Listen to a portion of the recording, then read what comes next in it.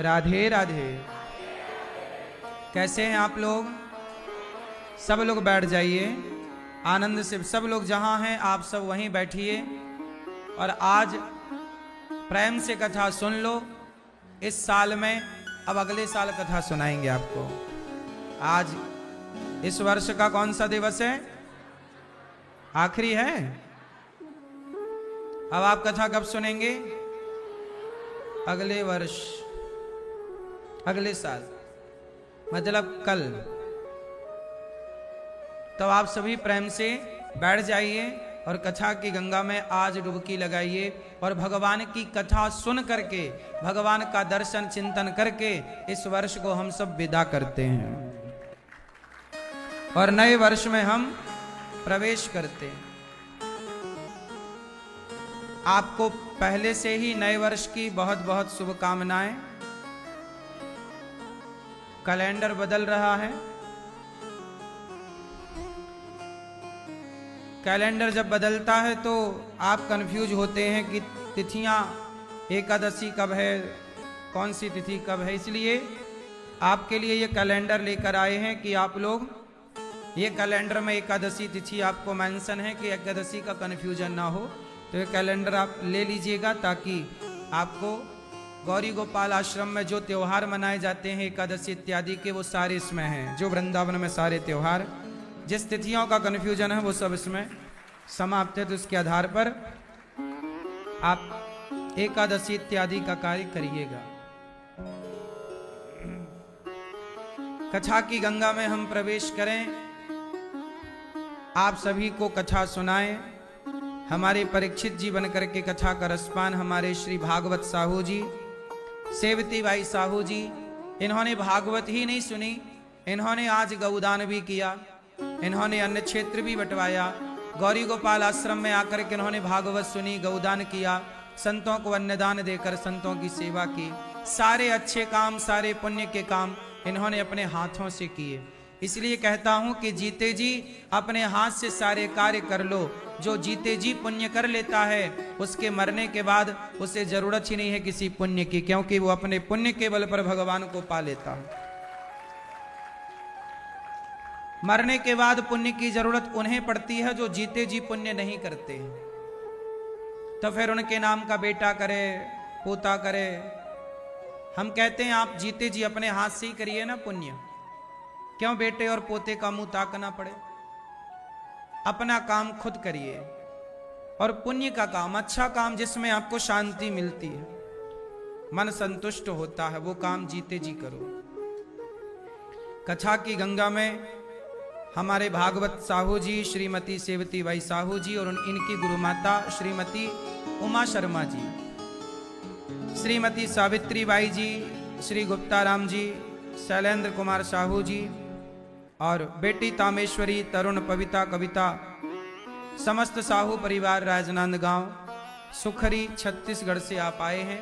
और आज यहाँ भागवत जी के पोथी पाठ भी पूरे हुए। जिनका प्रसाद यहाँ आज आपको मिला है पोथी पाठ का, वो तो आपको मिल ही गया। जो यहाँ पर नहीं आए, आपका प्रसाद आपके कोरियर पर, आपके एड्रेस पर, आपके घर पर कोरियर के द्वारा आप तक पहुँचेगा। जो प्रसाद आपको मिला है ना चावल का, और वो प्रसाद श्रेयोदान का, वह प्रसाद बच्चों को खिलाइए, आप खाइए और उसे थोड़ा लाल कपड़े में बांधकर, जहाँ माता लक्ष्मी आपके घर में हो, धन धान्य रखते हो, वहाँ थोड़ा सा रख दीजिएगा ताकि धन धान्य सदा बढ़ता रहे, कभी कमी ना हो। भागवत जी जो सुनता है उस पर माँ लक्ष्मी की कृपा जरूर होती है। माँ भगवती धन धान्य से घर भरती ही भरती हैं। लक्ष्मी उन पर बरसती हैं जो धन धान्य को धर्म से जोड़ता है। अर्थात भागवत आपने सुनी तो आपके ऊपर लक्ष्मी मां प्रसन्न ही होंगी। अभी 3 जनवरी से फिर भागवत जी के पोथी पाठ बैठेंगे। आप भी अपने पितरों के लिए, पूर्वजों के लिए भागवत जी के पोथी पाठ जरूर बिठाइएगा। हमारे भैया श्री सुदामा सेवक राम चांदवानी जी, आप मुंबई से हैं, ठाणे से, महाराष्ट्र से। इन्होंने आज एक संकल्प लिया है कि मैं गौरी गोपाल आश्रम की सेवाओं को जब इन्होंने देखा, यहाँ ये आए और इन्होंने आश्रम की सेवाओं को जब देखा, माताओं की सेवा को देखा, माँ का यहाँ रहना, इनके व्यवस्थाएं वृद्ध माताओं की जब यहाँ देखी कि 290 माताएं सुखपूर्वक अपना बुढ़ापा गुजार रही हैं, जीवन व्यतीत कर रही हैं, तो इन्होंने संकल्प लिया कि मैं सारी जिंदगी अपने जीते जी हर महीना एक वृद्ध माँ की सेवा के लिए, मैं उनके भोजन के लिए, उनकी सेवा के लिए, दवाइयों के लिए 21,000 रुपये प्रत्येक माह सेवा करता रहूंगा। और इन्होंने एक और अच्छी बात कही, भगवान आपको सुखी रखें। इन्होंने कहा कि मैं तो अपने जीते जी करूंगा ये सारा काम, लेकिन मेरे ना रहने पर ये वृद्ध माओं की सेवा मेरा बेटा करेगा और बेटे के बाद पोता भी करेगा। इतने आगे तक का पुण्य सोचने वाले बहुत कम लोग होते हैं। लोग अपने बारे में सोचते हैं कि मैं अपने लिए कितना बैंक बैलेंस बना लूं, अपने लिए कितना जोड़ लूं, बच्चों के लिए कितना जोड़ लूं। लेकिन उन्होंने अपने बच्चों को भी सेवा से, धर्म से जोड़ा कि आप भी धर्म का कार्य करो और किसी माँ को रोटी दो, किसी को दवाई दो, किसी की सेवा करो। यही पुण्य है, यही पुण्य हमारे संग चलता है। भगवान आपको सुखी रखें, सदा स्वस्थ रखें, आपका पूरा परिवार, मुझे पूरा विश्वास है जितना बड़ा संकल्प आपने लिया है, भगवान भी इतना बड़ा ही संकल्प आपके लिए लेंगे कि आप दे रहे हैं तो ईश्वर आपको बिल्कुल। अभी आप कह रहे हैं कि इससे भी ज्यादा करेंगे, पर अभी और आशीर्वाद है, पर अभी आप जो कर रहे हैं ये कम नहीं है। आपने जो किया है बहुत बड़ी सेवा है। भगवान आपको सुखी रखें। ये अच्छे कार्य हम सब ले सकते हैं। हर महीने हम दूध का अलग निकालते हैं, बिजली के बिल का अलग निकालते हैं, हम अपने खर्चों का अलग निकालते हैं, तो हम पुण्य का अलग क्यों नहीं निकालते? हम जब हर काम का पैसा अलग निकालते हैं तो क्या पुण्य का पैसा हमें अलग से नहीं निकालना चाहिए कि ये हमारे पुण्य को बढ़ाने के लिए? पुण्य भी पैसे से मिलता है, हाँ या ना? पुण्य झाड़ू लगाने से भी मिलता है। किसी मंदिर में झाड़ू लगाइए पुण्य मिलेगा, किसी प्यासे को पानी पिलाइए पुण्य मिलेगा। पर कोई आपसे कहे कि भैया हमें जरा भूख लगी है, रोटी दे दो, तो रोटी तो बाजार से खरीद के ही आपको खिलाना पड़ेगी ना। आटा तो बाजार से खरीदना पड़ेगा, दाल चावल तो बाजार से लेना पड़ेगा। तो पैसा खर्च किया और फिर किसी का पेट भरा, तो उस पैसे को जो खर्च किया, माना कि 20 रुपए का आपने भोजन खरीदा या 50 रुपए का भोजन खरीदा और वो 50 रुपए का भोजन किसी को खिलाया, तो पुण्य मिला कि नहीं? तो वो पुण्य के लिए पैसा खर्च हुआ कि नहीं? पैसा खर्च तो हुआ, लेकिन वो पैसा खर्च हुआ किसी की भूख मिटाने के लिए, तो वो पैसा पुण्य में जुड़ेगा। किस में जुड़ेगा? यही है, पैसे से पाप भी होता है। आप शराब खरीद के ले आइए, पैसे से पी लीजिए, तो क्या होगा? आप शराब पी के अपनी माँ को गालियां देने लग जाते हैं, पत्नी पे हाथ उठाने लग जाते हैं। माँ को, शराब पीने वाला आदमी माँ को हाथ उठाता है कि नहीं? अधिकांश मैंने देखा कि माँ पर भी हाथ वो लोग उठाते हैं जो शराब पी लेते हैं। 95%, 95% लोग ऐसे हैं जो शराब पी करके माँ पर भी हाथ उठा देते हैं, सोचते भी नहीं, हाँ या ना? क्योंकि शराब पीने से मस्तिष्क हो जाता है शून्य। तो माँ पे हाथ उठाना ये पाप हुआ कि पुण्य हुआ? बोलो, पाप। तो ये पाप क्यों हुआ? क्योंकि पैसे से क्या खरीदी? शराब खरीदी और पी और माँ पे हाथ उठाया, तो पाप हुआ। तो मतलब पाप की वजह क्या बना? पैसा। बोलो हाँ। तो वो पैसा पाप की वजह भी बन सकता है और वही पैसा पुण्य की वजह भी बन सकता है। अब आपको ध्यान ये रखना है कि अपने पैसे को पाप से जोड़ना है या पुण्य से जोड़ना है, ये आपको डिसाइड करना होगा। बहुत लोग हैं समाज में जिनका पैसा पाप के लिए खर्च हो रहा है। किसके लिए खर्च हो रहा है? पाप के लिए। इसलिए कहता हूं, आपने 100 रुपए की चाकू खरीदी और किसी को मार दिया, तो वो किसी का आपने हत्या कर दी। आपने पैसे से तलवार खरीदी, बकरे की गर्दन काट दी, तो वो पैसे की तलवार आई, माना कि 100 रुपए की तलवार आई या 500 रुपए की आई। अब वो तलवार जितना बकरे काटेगी, उस तलवार से जितनी हत्याएं होंगी, वो हत्याएं किसके खाते पे जाएंगी? उस पैसे वाले के खाते पे जाएगी जिसके पैसे से वो तलवार खरीदी गई है। जो कर रहा है वो तो पापी है ही, उस पे भी जाएगा, पर तलवार आपके पैसे से खरीदी गई। इसलिए कहता हूं कि पैसा से पाप भी होता है और पैसे से पुण्य भी होता है। कोशिश करिए कि पैसा ज्यादा से ज्यादा कमाइए, पर पैसा खर्च करते समय ये जरूर विचारिए कि हमारा पैसा पाप के लिए खर्च हो रहा है कि पुण्य के लिए खर्च हो रहा है। इसलिए इन्होंने जो कार्य किया, आप लोग भी जो गौरी गोपाल आश्रम में संतों को भोजन बंटवाते हो, तो आपका पैसा कहाँ खर्च होता है? किसी संत की भूख मिटाने में, किसी को पेट भर भोजन देने में। इन बेसहारा माओ को आपने सहारा दिया, आपने उन माओ के कमरे में आपने माओ के लिए कमरा बनवाया, छत डलवाई, किसी ने पलंग दिया, किसी ने पंखा दिया, किसी ने गीजर दिया, किसी ने माँ के लिए चादर दिया, तकिया दिया, किसी ने माँ को दवाई दी, किसी ने माँ को दूध दिया, किसी ने माँ को फल दिए, किसी ने कंबल दिया, किसी ने स्वेटर दिया। तो ये सब क्या किया? आपने पुण्य किया, किसी को सहयोग किया। ठंडी से ठिठुर रहा था, माताओं को आपने कंबल उड़ा दिया, आपने माताओं को स्वेटर दे दी, पुण्य हो गया। माताओं को रोटी दे दी, पुण्य हो गया। और आपने किसी को थप्पड़ मार दिया, पाप हो गया। आप दोनों करने के लिए स्वतंत्र हैं, ईश्वर चुपचाप बैठा देख रहा है। वो केवल काउंट कर रहा है, एक डायरी लिए भगवान, और बस आपका लिख रहे हैं कि आपने इतना पाप किया, इतना पुण्य किया।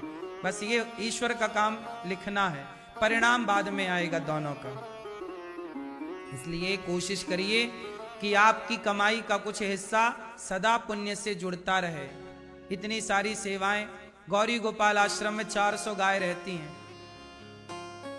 सारी गायों को व्यवस्थाएं, इतनी सारी गाय को, आप जानते हैं सर्दी ना लग जाए गाय को, इसके लिए कितना प्रोसेस, कितनी प्रक्रिया करनी पड़ती है सर्दी से बचाने के लिए। गायों को, गाय के बच्चों को बहुत जल्दी सर्दी लग जाती है, जरा सी ठंडी हवा लग जाए तो वो बीमार पड़ जाते हैं। ये सारी सेवाएं, जो केवल गाय को भूसा और चारा ही नहीं लगता, गाय को भी कंबल उड़ाना पड़ता है, गाय के बच्चे को भी आग के पास बिठा के उसे सेकना पड़ता है, उसको भी कंबल उड़ाना पड़ता है। नीचे फर्श पर ठंडा ना हो इसलिए उसके लिए भी गद्दा बिछाना पड़ता है।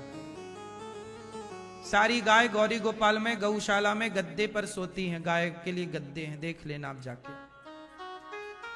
गायों के गद्दे आते हैं अलग।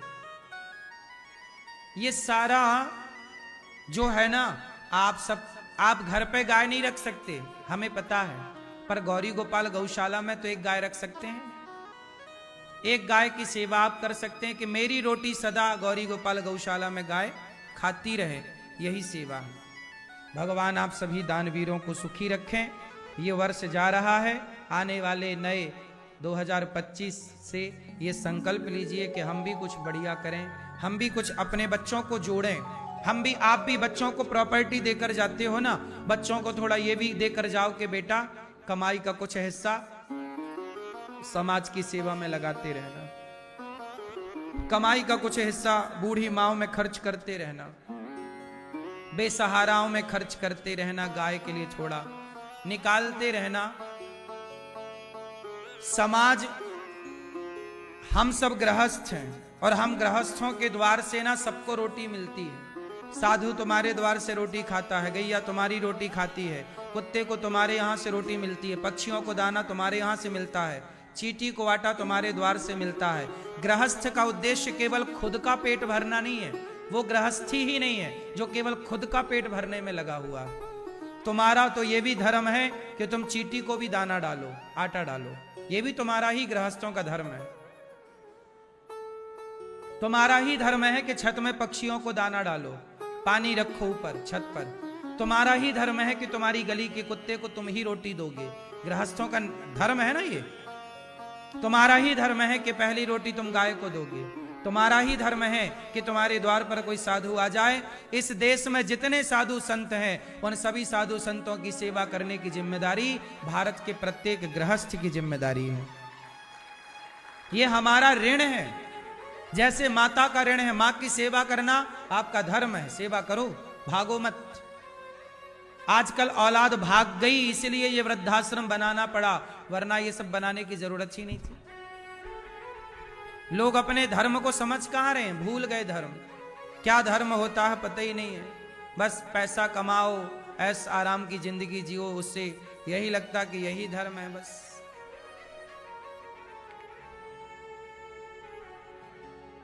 कल हम लोगों ने सुना कि भगवान श्री कृष्ण का ध्यान गोपियां करती हैं और भगवान कहकर गए, जब जाने लगे वृंदावन से मथुरा तो 2 दिन में आऊंगा मैं, कहकर श्री कृष्ण चले गए।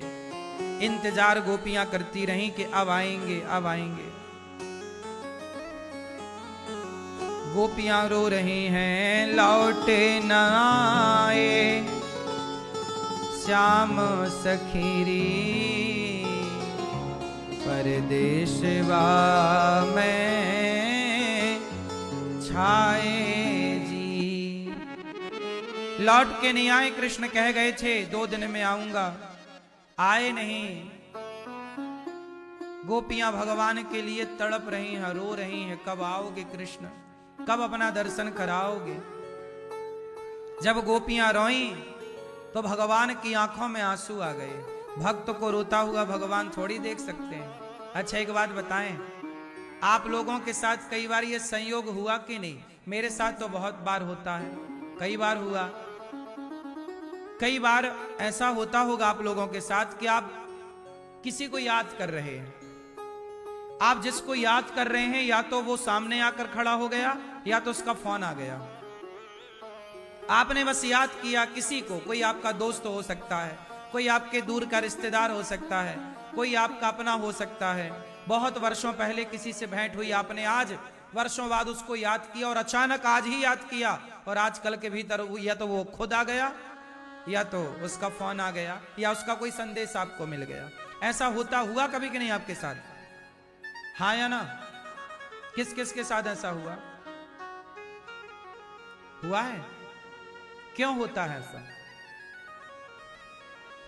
बोलो। ऐसा इसलिए होता है, इसका आध्यात्मिक कारण यही है कि जब आप किसी को याद करते हो तो जो याद करने का जो, जैसे मोबाइल पर नेटवर्क मिलता है ना, तो सैटेलाइट जो होती है वो नेटवर्क जो टावर गड़े होते हैं वहां अपना सिस्टम भेजती है और फिर वो जाके मोबाइल से कनेक्ट होता है। यही प्रोसेस है। उसी तरह जब आप किसी को याद करते हैं तो वो याद की गई किरणें जो हमारे शरीर से निकलती हैं, वो किरणें ईश्वर की डिवाइस में जाके टकराती हैं, फिर ईश्वर उसे उस तरफ ट्रांसफर करते हैं आप जिसको याद कर रहे हैं। भाई सैटेलाइट है, भाई आप लोगों का ब्लूटूथ ओपन है, पर मैं जिसके ब्लूटूथ को क्लिक करूं उसी पे चीजें जाएंगी, सब पे नहीं जाएंगी। तो आपने जिसको याद किया तो वो तार ईश्वर उस तक पहुंचा देते हैं कि नहीं? मतलब आपने जिसे याद किया उसने भी आपको याद किया। हाँ या ना? तब तो संयोग हुआ। ये बिल्कुल सच्ची बात है। आप ये मत सोचिए कि भगवान को केवल आप याद करते हैं, भगवान की याद में केवल आप रोते हैं। नहीं, जब आप भगवान के लिए रोते हैं ना तो भगवान भी आपके लिए रोने लग जाते हैं। जब आप भगवान को याद करते हैं तो भगवान भी आपको याद करते हैं। यही कनेक्शन है, यही तार है, ईश्वर से जोड़ता है। इसलिए हमारे हिंदू धर्म में शिखा रखी जाती है, चोटी। चोटी मीन्स आप मानो ना मानो, लेकिन ये जो ब्रह्मांड है, इस ब्रह्मांड में हम जो ग्रहण करना चाहते हैं ना, इस ब्रह्मांड में सारी चीजें फैली हुई हैं, अच्छाई और बुराई, पॉजिटिविटी और नेगेटिविटी। हम जो ग्रहण करना चाहते हैं वो हमारे पास आ जाती है। एक चीज आपने देखी होगी मोबाइल पे, आप मोबाइल पे रील देखते हैं तो आप एक बार जिस रील को देखते हैं उसी से संबंधित, उसी से जुड़ी दूसरी रील भी आती है, तीसरी रील भी आती है, चौथी भी आती है, हाँ या ना। आप एक बार किसी सब्जेक्ट को देखने लग जाइए, उसी सब्जेक्ट से जुड़ी हुई वीडियो आपके मोबाइल पे आएगी। ये बात सही है कि गलत है? बोलो हाँ या ना। सही है। क्यों ऐसा होता है? क्योंकि ये तो सिस्टम होता है कि आप जिस वीडियो पर रुकते हैं तो वो टाइमिंग वॉच हो जाती है ऊपर।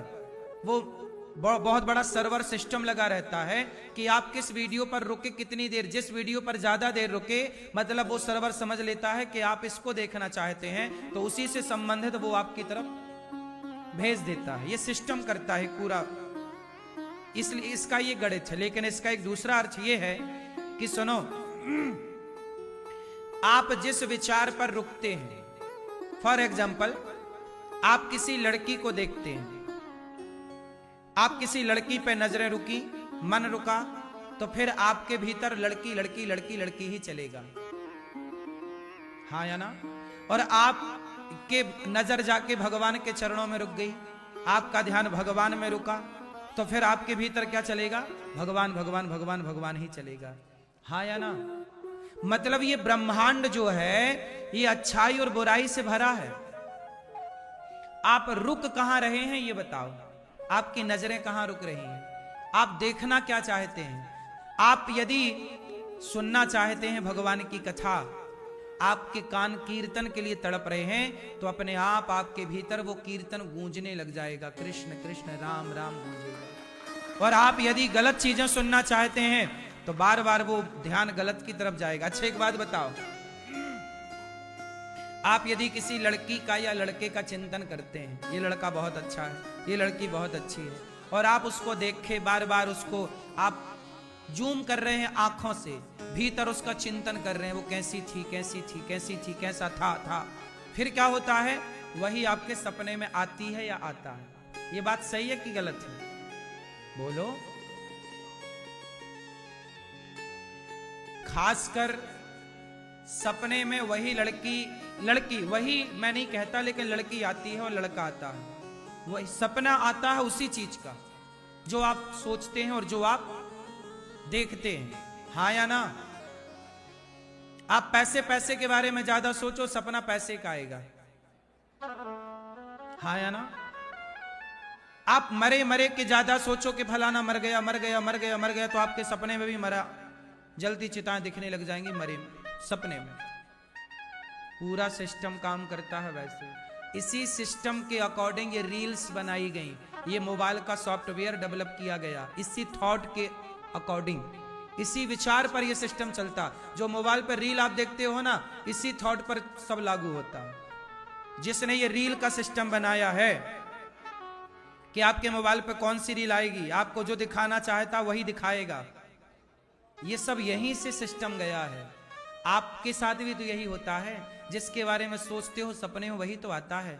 हाँ, जैसा आप सोचते हो ना वैसा आप देखते हो, और जैसा देखते हो वैसा आप बन जाते हो। इसलिए कहता हूं कि कहीं आप गलत ना बन जाओ, कहीं आप गलत ना देख लो। इसलिए हमारे ऋषि मुनियों ने वेद पुराण आपके लिए उपलब्ध कराए कि ये पढ़ो, ये देखो और भगवान के बारे में चिंतन करो। गली गली मंदिर बना के तुम्हें दिए तुम्हारे पुरखे, तुम्हारे बाप दादा, इतने बड़े बड़े धाम बना के दिए कि देखो भगवान का अवतार हुआ, कि देखो तुम्हें देखना है तो भगवान को देखो, भगवान के धाम को देखो, ताकि तुम भगवान का चिंतन करते सोओगे तो सपने में भगवान का दर्शन होगा, तुम्हारा कल्याण होगा, तुम्हारे भीतर अच्छे विचार आएंगे। कहीं गलत विचार एक बार आ गए, एक बार तुमने गलत वीडियो देख ली मोबाइल पर, फिर वो गलत वीडियो ही आती रहेंगी, हाँ या ना, काफी दिनों तक। बात सही है कि गलत है? बस एक बार तुम्हारे भीतर गलत विचार आ गया, फिर वो गलत ही आएगा। अभी आज मुझे एक बहन कह रही थी, यहां बैठी है, कि भैया बैठो मेरी माँ, बैठ जाओ मेरी प्यारी मैया, ओ भैया टोपा वाले बैठो सरकार, सुन लो मन लगा के सुन लो, ओ भैया आप भी बैठो प्रभु, बैठ जाओ, बैठो, बहुत बढ़िया सुनाएंगे आपको, आपके भविष्य और आपके जीवन से जुड़ी हुई बातें सुन लो, काम आएंगी। आज मुझे एक बहन बोली, गुरुजी बार बार मुझे मरने का विचार आता है, थॉट आते हैं कि मैं मर जाऊं, आत्महत्या कर लूं। हाँ, एक बार आपने आत्महत्या करने का सोचा तो बार बार वही विचार आएंगे, वही विचार आएंगे, और वही विचार ज्यादा हावी हो जाते हैं ना, तो फिर आप आत्महत्या कर भी लेते हैं। हाँ या ना? इसी का नाम है भूत। लोग कहते हैं ना भूत लग गए, ये भूत ऊत कुछ नहीं होता, विचारों का ही भूत होता है। किसका भूत होता है? विचारों का। जैसे विचार आते जाएंगे वैसा वैसा आप कुछ भी नहीं है, आप कोरा कागज हैं। आप क्या हैं? कोरा। आप कोरे कागज हैं। इस कोरे कागज में जो लिख दिया जाए वो लिख जाएगा। आप गाली लिख दो इसमें तो गाली आ जाएगी, इसमें कीर्तन लिख दो तो कीर्तन आ जाएगा। इसमें कागज की कोई गलती नहीं है, लिखने वाले की गलती है कि वो कीर्तन लिख रहा है कि गाली लिख रहा है। हाँ या ना? उसी तरह आपका हृदय कोरा कागज है। आपने संगति जो की वो लिखता चला गया, जो विचार आने दिए। इसलिए कहता हूं कि गलत विचार आए तुरंत गलत विचारों को रोको। मन में कोई लड़की का, कोई पुरुष का, कोई पराये धन का, कोई आत्महत्या का ऐसा कोई गलत विचार आए, तुरंत उस गलत विचार को रोको और तुरंत अपने आप को भगवान में लगाओ, तुरंत कीर्तन करने लग जाओ, श्री कृष्ण गोविंद मुरारी। जैसे ही आप कीर्तन करेंगे वो विचार रुक जाएगा, स्टॉप। तुरंत आप मंदिर जाओ, तुरंत मंदिर जाके बैठ जाओ ध्यान लगा के भगवान का। तुरंत आप सत्संग अटेंड कर लो, सत्संग सुन लो। जैसे ही आपके मन में गलत विचार आया और आपने गलत विचार नहीं रोका तो वो गलत विचार कुछ भी करा सकता। रावण के अंदर सीता मां को चुराने का पहले एक विचार ही तो आया कि रावण ने पहले चुराया फिर विचार आया। बताओ पहले क्या आता है?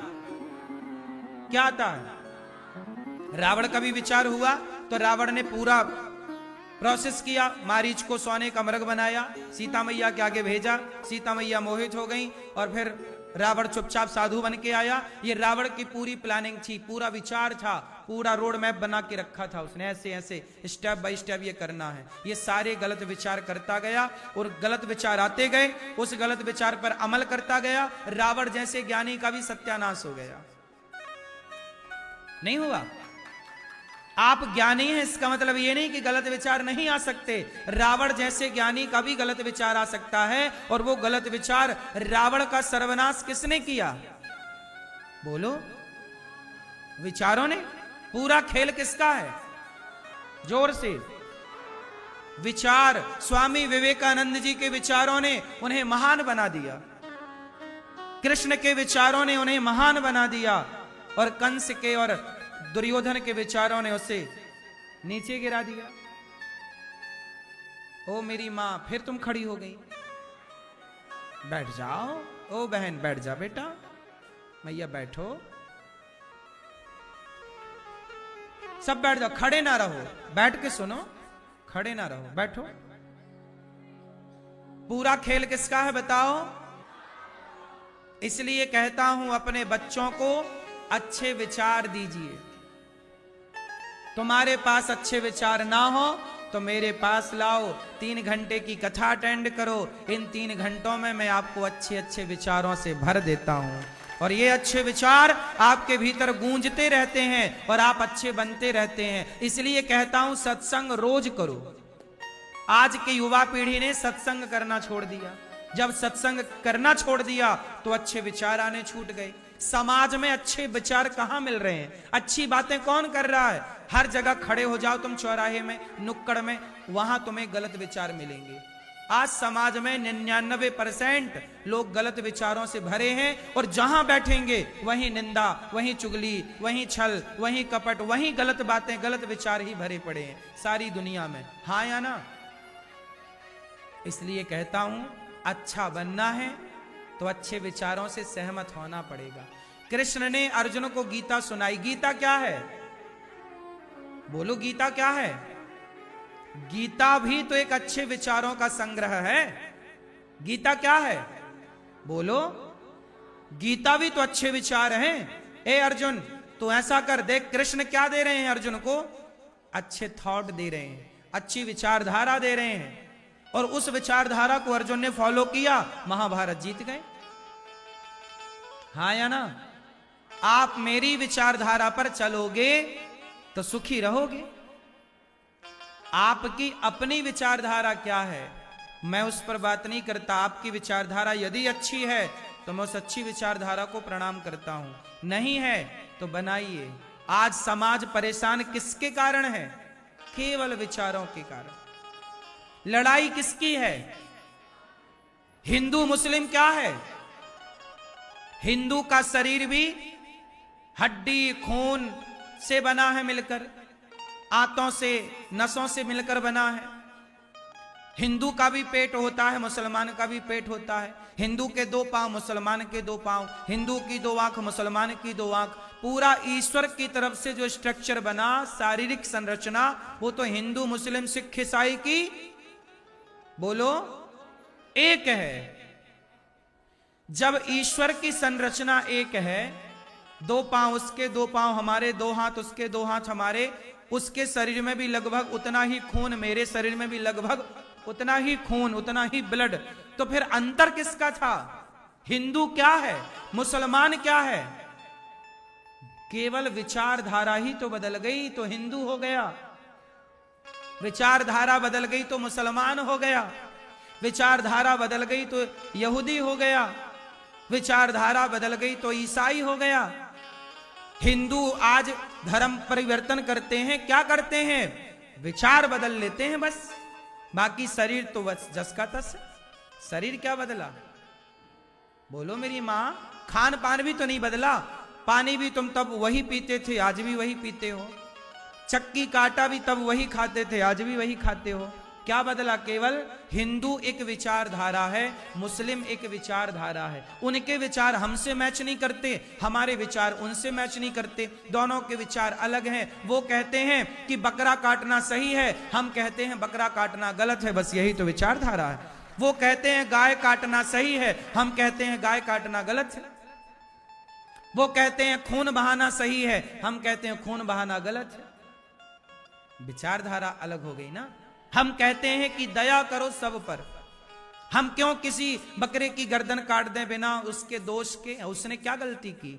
हम क्यों किसी का खून बहाएं अपने स्वाद के लिए? ये हमारी विचारधारा। तो जो हमारी विचारधारा से सहमत हैं वो हिंदू हो जाते हैं, और जो मार काट पर उतारू हैं, जो बकरा काट काट के खाएं, जो गाय काट के खाएं, वो मुसलमान हो जाते हैं।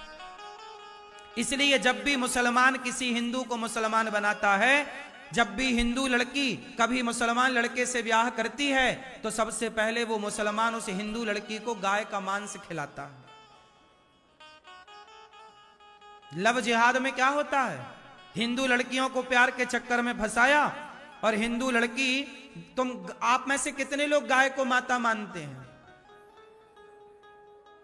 गाय को क्या मानते हो? गाय को हम माता, जो गाय को माता मानते हैं, चलो बताओ, गंगा मैया को गंगा माता कितने लोग मानते हैं? गंगा मैया। जो गंगा को माता माने, जो गाय को माता माने, वही सनातनी हिंदू है। जो गाय को माता ना माने, जो गंगा को माता ना माने, वो हिंदू। ये विचारधारा बदल गई। ये खेल किसका है? हिंदू मुस्लिम कुछ नहीं होता, विचारधारा होती है। मूल में क्या है? बोलो। ये विचार तुम्हें हिंदू बनाएंगे, और ये विचार तुम्हें मुसलमान बनाएंगे। ये विचार तुम्हें बड़ा बनाएंगे, और ये विचार तुम्हें छोटा बनाएंगे। ये विचार तुम्हें राम बनाएंगे, ये विचार तुम्हें रावण बनाएंगे। इसलिए कहता हूं, गलत विचार आए तुरंत भगवान के मंदिर की तरफ भागो, तुरंत कीर्तन करो, तुरंत भगवान का, नहीं तो गलत विचार तुम्हारे को घेर लेंगे, कोई बचा ना पाएगा। एक बार गलत विचार घुसा, कैकेयी माता के अंदर गलत विचार घुसा दिया मंथरा ने। बोलो हां। फिर कैकेयी सुनने को तैयार है किसी की? हां, वही कहावत आ गई ना कि दिल लगा गधी से तो परी किस काम की। एक बार ये गधी यदि घुस गई तुम्हारे दिमाग में तो परी नाचती रहेगी, कुछ ना होगा। ये विचारधारा। इसलिए अपने बच्चों को हर गलत विचारधारा से बचाओ, वरना तुम कुछ ना कर पाओगी मेरी मां। कुछ ना कर पाओगी। तुम्हारे सामने तुम्हारे बच्चे हाथ से निकल जाएंगे। इसलिए विचारों पर जोर दो। कीमत इंसान की नहीं होती, कीमत विचारों की होती। हाँ या ना? तो आप देख लो कि मुसलमान और हिंदू की विचारधारा में कितना अंतर है। लड़की जब मुसलमान लड़के से ब्याह कर लेती है ना, आजकल हमारी बहनों को प्यार हो जाता है जी, कोई बात नहीं जी, प्यार किया तो डरना क्या, हमने तो प्यार कर लिया, मुस्लिम से कर लिया। अब मुस्लिम ले जाएगा तुम्हें, पर सबसे पहले तुम्हें गैया का मांस रखेगा, खाओ। तुम नहीं खाओगी तो तुम्हें प्रताड़ित करेगा, बोले तुम पहले अपना धर्म छोड़ो। और वो तब उन्हें मुसलमान मानते हैं जब तक वो गैया का मांस ना खाएं। हिंदू कभी भी मुसलमान बनता है तो उसे हिंदू को पहले गाय का मांस परोसा जाता है। तुम गैया का मांस खाओगे तब उनके हिसाब से तुम मुसलमान कहलाओगे, वरना तुम काफिर ही कहलाओगे। देखो जरा कैसी गलत विचारधारा है कि आपको मांस खा के ही ये साबित करना पड़ता, जबकि हमारे यहां भगवान का चरणामृत पीकर आप श्रद्धा से भगवान का स्मरण कर लीजिए तो हम मान जाते हैं कि आप सनातनी हैं। हम कभी किसी के मुंह पे जबरदस्ती मांस नहीं डालते, ना क्यों डालेंगे। हम क्यों किसी का खून बहाएंगे, गाय को क्यों मारेंगे। गाय दूध देती है, गाय हमारी माता है, हम गाय को माता कहते हैं, कितनी बढ़िया बात है। तुम गाय को जानवर कहते हो, हम गाय को माता कहते हैं। क्यों कहते हैं? क्योंकि गाय का हमने दूध पिया है। हम जिसका दूध पीते हैं, हम जिसको एक गिलास पानी ले लेते हैं जिसके हाथ से, हम उसके भी ऋणी हो जाते हैं। हम तुलसी को भी माता कहते हैं, तुलसी में औषधीय गुण है। हम नदी को भी माता कहते हैं, हम सबके पूर्वजों को पानी पिलाती चली आई है नदी। हम समुद्र को भी देवता कहते हैं और समुद्र को भी प्रणाम करते हैं। हम पीपल को भी प्रणाम करते हैं क्योंकि पीपल ऑक्सीजन देता है। हम बट वृक्ष को प्रणाम करते हैं। आंवला सबसे हेल्दी फल होता है, इसलिए आंवला नवमी को हम आंवला को प्रणाम करते हैं। सांप जहर उगलता है, लेकिन पूरी दुनिया में इकलौता हिंदू है जो सांप को भी नाग पंचमी के दिन दूध पिलाता है। ये देखो, ये विचारधारा है हमारी कि हम किसी सांप कितना जहरीला और खतरनाक होता है, लेकिन हम उस सांप का भी कभी सांप का भी हम बुरा नहीं करते, तो हम इंसान का क्या बुरा करेंगे। ये विचारधारा पूरी दुनिया में सबसे